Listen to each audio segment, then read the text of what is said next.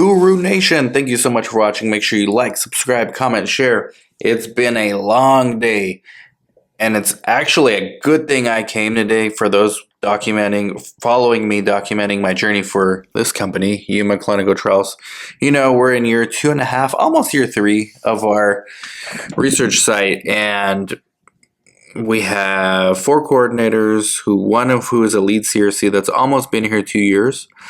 And the other 3 are relatively new, like 7 months or less. We're about to hire actually 2 more people because the demand is crazy. I'm looking on my board right now. We have 3 actively enrolling studies, but we have like 9 more studies in the pipeline. So really quickly, we're about to get really busy. We've been doing really well on the 3 studies we have had, and we've started to get AEs of special interest. We've also started to get critical lab value alerts. And it seems like when it rains, it pours, because today we got, from the same study, 1 of each. We got a critical lab value alert, and it's a adverse event. Now, it looks like the patient had this before randomizing, but it got worse. It exacerbated. And this protocol has you do, it's actually pretty complex, like for certain critical lab values, what you have to do, but it's very detailed. It's based on the certain lab results, procedures of what you need to do. So this happened today, and we have 48 hours to respond to it. So we had to have the patient come in. We scheduled the patient to come in tomorrow. We had to schedule a few procedures for him for some of our vendors. So it's a pretty serious thing. Our PI does not think it's related to the study drug, but we do have to follow the protocol, because regardless of what the PI thinks, protocol says you have to do these things, you got to do it. And more importantly than that, you have to document it, because if it's not documented, it did not happen. Another issue happened today, same study. Patient wants a dose de-escalation on a particular trial because their adverse events are getting, which are expected adverse events for the study without giving too much away, they're getting too unbearable. And we've documented, protocol says you got to document, we are expecting these adverse events and these indications. Here's what you got to do to document and actually make sure your patient does these things, and it's prescribed something or give them something off the counter, encourage them to eat better.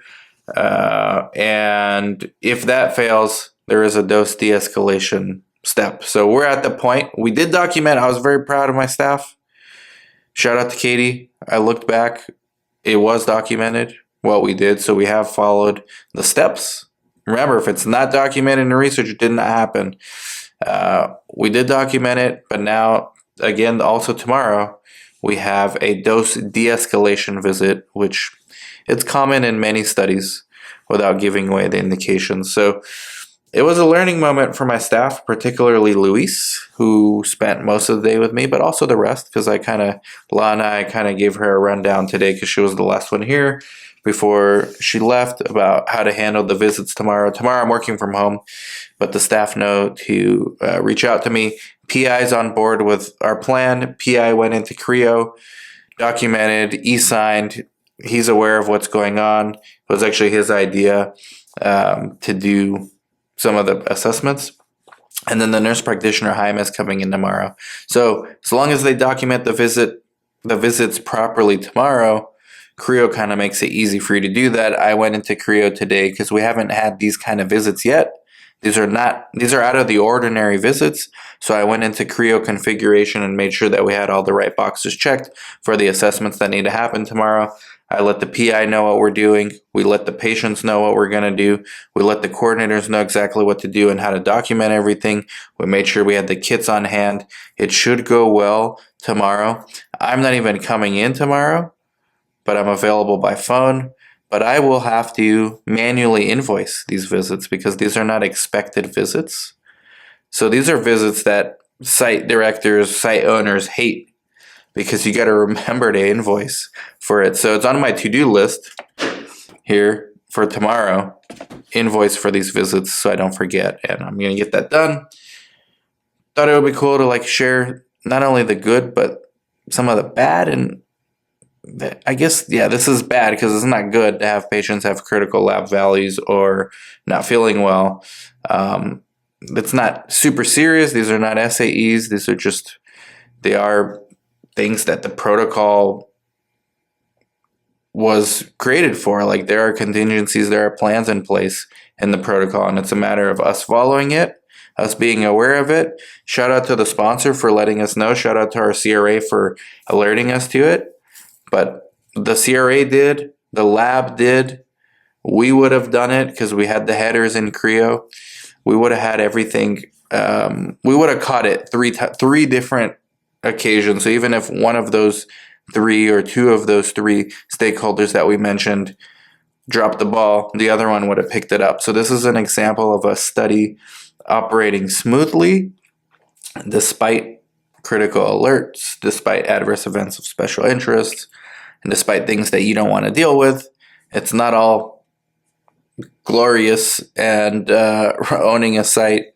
A lot of it is side effects and people not doing well and having to manually invoice for these things. But I told Luis, because Luis, one of our newest coordinator, actually was with me the whole day. I said, it's in these moments that a coordinator levels up. It's because of these moments that sites or CROs want experience on your resume. It's because you've dealt with this, you know how to deal with this. So tomorrow is going to be, for all the new staff, a great learning moment and a great leveling up in their careers, because they're dealing with not just routine study visits and documenting those properly, but critical lab values and adverse events of special interest and dose de-escalations and like really serious stuff, like in the weeds type of things. And I'm really proud of the staff.